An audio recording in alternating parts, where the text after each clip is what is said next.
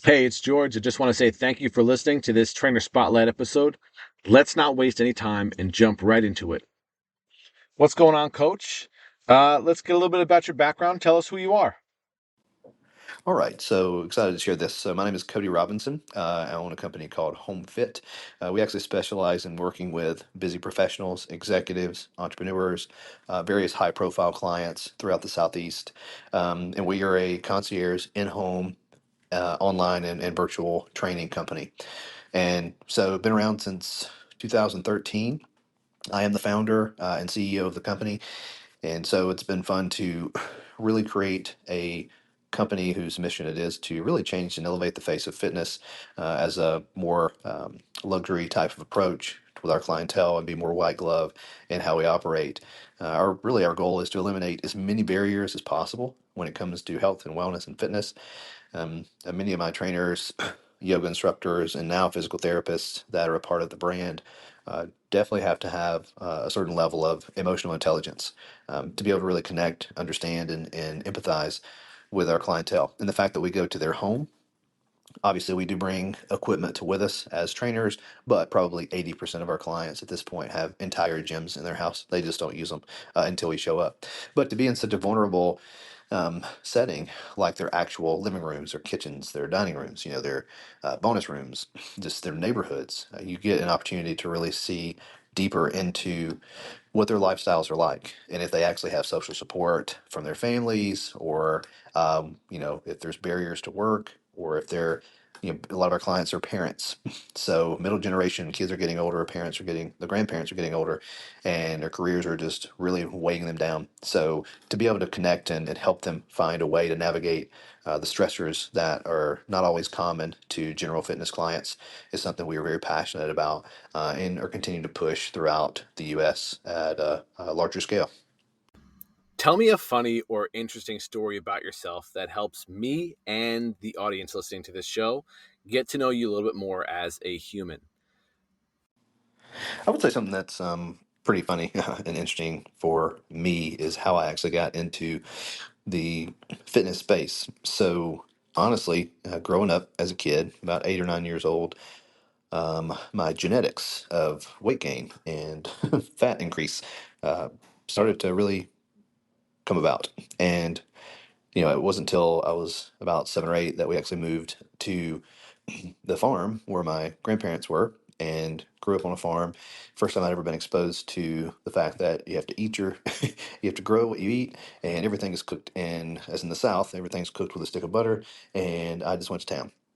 So naturally, food was a huge part of my life, and still is. And as I got older and deeper into sports, I started working out a lot more, but I still battled a lot with being overweight and overeating, things like that as a growing boy, I guess. But honestly, and when I got to college, I was at a kind of a road, a crossroads to where I had started really working out. So fitness was really part of my life at that point, even more so, aside from just training for sport.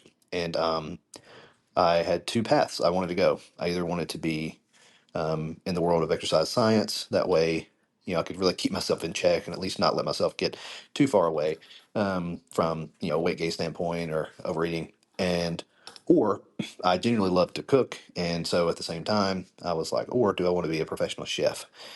And just naturally, I decided to go with the industry that would keep me in check because I guarantee you, had I gone the path of an actual professional chef, I would definitely be 350 pounds right now. What strategies do you use to attract and retain clients in your personal training business? Everyone has different approaches, and it's important to find moments to open our minds and learn something from each other. And I think this is one of the aspects within our business that is more or less glazed over and really good to find out what other people are doing.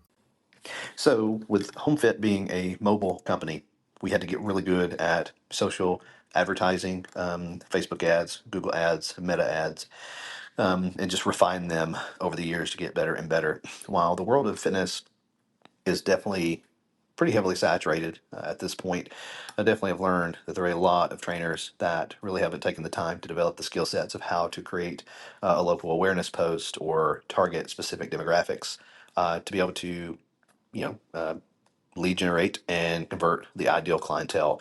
So we've gotten really good at being able to pinpoint on the GPS map, narrow down the demographics and sociographics, psychographics, kind of the behaviors of our clientele, and exclude ones that we necessarily don't typically service. Again, most of our clients are more affluent, so we can even narrow down our advertising and lead generation to people who are, in the top 1 to 10% of household income, and obviously narrow down kind of the common factors of what they do for a living and the fact that they are pretty much all families and parents and go about it that way. Google Ads is where we spend probably heavier of our ad spend.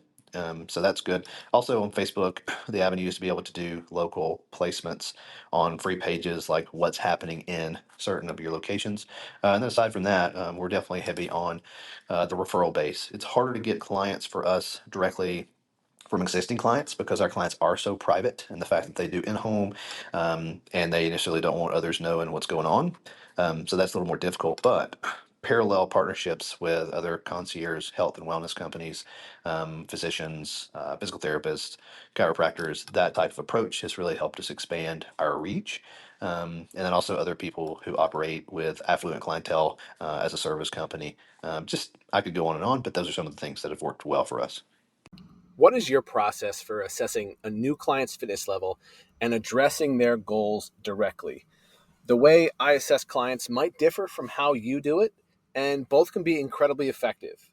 Let's share some of our secrets so we can help more people together.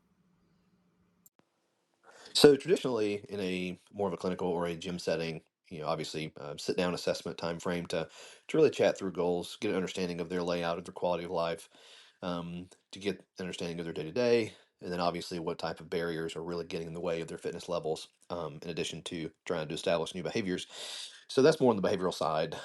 Fitness wise, again, standard would typically do more sometimes skin fold caliper, a lot of times more so body fat percentage, like a handheld body fat analyzer, and then just standard kind of functional movements from body weight squats, foundational push-ups to check range of motion, and just various kind of elements like that. In home is pretty much kind of less evasive. We'll do foundational things like the body fat screening for the hand analyzer, and then just functional kind of basic functional movement testing. But then we'll also put them through a more of a kind of a mini workout, just an abbreviated workout, just an ability for me to see their actual range of motion, ability to move body weight, obviously, and then maybe some foundational medicine ball, kind of chops, things like that. So basically, do that twofold. One, obviously, to be able to really see what their basic level of movement and range of motion, and even stability, strength levels, um, mobility, things like that. But at the same time, it also gives them an opportunity to see what it's like to even have what type of workout it might look like for me. So it's twofold. It's one to establish, foundational goals and assess their movements and assess their biometric feedback and their data, but also in real time gives them an opportunity to start moving again and in return actually buy into hiring me or one of my trainers as their fitness professional. What are some of the certifications that you hold, and how do you stay up to date on the latest fitness trends and research? I built Fitlete to help coaches and driven trainers find ways to provide the best services for the clients. Everyone's approach to problems is different because we look at problems differently from our own mind. Um, how do you continually develop your skill set? It's always a great question. Foundationally, I started off with the National Strength and Conditioning Association. My professors at Jacksonville State University were high up in that industry.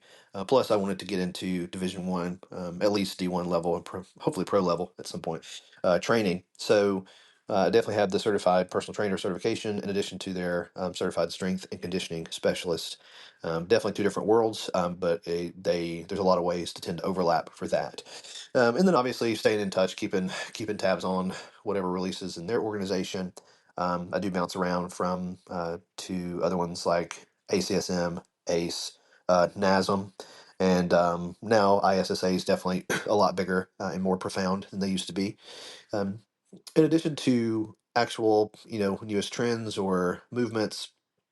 I actually tend to try and stay ahead on the industry in regards to technology and deliverables as well, and something I definitely would advise any fitness entrepreneur to do. It's definitely key, obviously, to develop your expertise and your craft and your deliverables from a fitness and health and wellness coaching standpoint.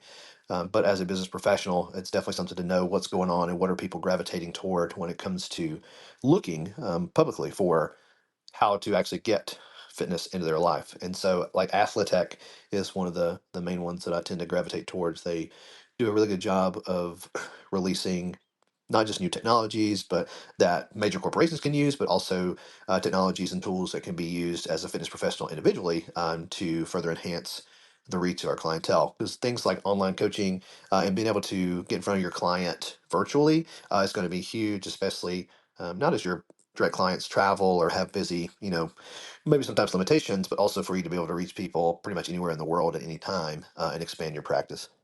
How do you envision your personal training business evolving in the next few years? The industry itself is always evolving in ways we can't predict, but we have to plan for the future we want for a business.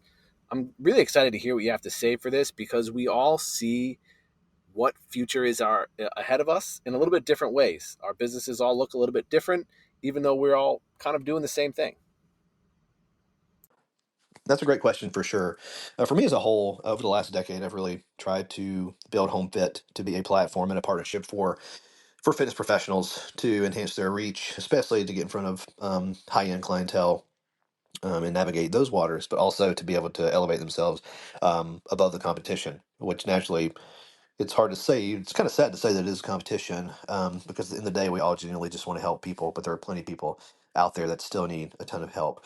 So as a collective, as HomeFit, we've rolled out like a new program called the Licensed Trainer, like HomeFit Licensed Trainer Program, which in essence allows them to leverage our established brand and resources. Which thankfully now we're been able to partner with Fitlete to be an extension of one of the top resources to enhance their career and skill sets and ability to grow obviously their craft and more opportunities for education. But aside from that, or in addition to that, we've just been able to really write the book on how to develop an in-home and on-site personal training company. And so having those, it allows trainers to not only have the opportunity for us to send them clients as a corporation, but as an individual to grow their clientele directly and actually leverage, again, leveraging the brand, leveraging the mission, the vision, our core values, and then our abilities and really just our processes that we found work extremely well to not only get in front of the top clientele that you want, but also hang on to them for a very long time. And then to also operate in more of a team vibe setting to overlap, cross educate, and even cross refer different parts of the country and different parts of um, our centralized locations. So definitely my vision is to continue to move forward and enhance opportunity for deserving fitness professionals to enhance their career, grow their career, and just not lose that momentum and not lose that passion that so many tend to get burnt out, unfortunately, due to trying to make it directly on their own. What do you think are the biggest challenges currently facing the fitness and personal training industry? I know they're everywhere. Challenges are all over the place. But with the advent of different technologies, advanced technologies, social media, increased video and photo exposure, in person training versus online training, the more educated clients are, or the more misrepresented clients are, or misled clients are. I know there's challenges everywhere. What do you think the biggest ones are? Obviously, another great question because the fitness industry, as many of us know, is so saturated and it's so it's overwhelmed with just misinformation or people just trying to get the next program release. What I think a lot of, unfortunately, a lot of trainers I think have gravitated to and relied heavier on is more so the online coaching versus the in-person training. I say that for a couple of reasons. One, it's it's even more saturated, I think, or even more of a heavier burden of a competition to try to get people from an online coaching standpoint. Obviously, I'm not discouraging it. I'm just saying that's to make that a sole priority. I think is tough because you might charge a couple $100 for a month for clients to build them programming online, and obviously you can help hold them accountable, and you can have the messages back and forth, and still have that accountability. But then, as far as our clientele, I mean, we tend to see, you know, for only 2 to 3 workouts per week. They're paying between 1,000, sometimes upward of $2,000 a month to personal train, and that's in person on site, and they're paying for that extended value. So, from a professional standpoint, or at least from a cash flow standpoint, obviously you can technically reach more people from a programming standpoint online, but you can financially make more and then have an even deeper relationship with clients that you train in person, or at least virtually through, whether it's through Zoom or FaceTime or MindBody or some of these other platforms that allow you to do that. So I think just leveraging the technology in advance, because obviously there's plenty more competitions from like tonal, and I mean I could go on and on from different avenues that clients are trying to buy into, but nothing will ever, at least for the next several decades, will be able to overcome, I think, at least the personal connection, at least for our clientele, which I think allows us to really separate ourselves from just general population standard fitness to people who really want more education, more deep dives into their lives and their behaviors, but also their functionality. So getting back to the personal, I think, is the way to overcome the noisy competition. I'm so glad you guys got a chance to meet Cody. I've known him since 2013 when we met at a conference together. We both went not knowing anybody and came away with a friendship we've had for over 10 years. If you want your own Trainer Spotlight episode on Fitlete Radio, please go over to fitlete.com and register for an account, and you will see the option for your episode in your profile when you log in. Signing off. Talk to you guys soon. See you later.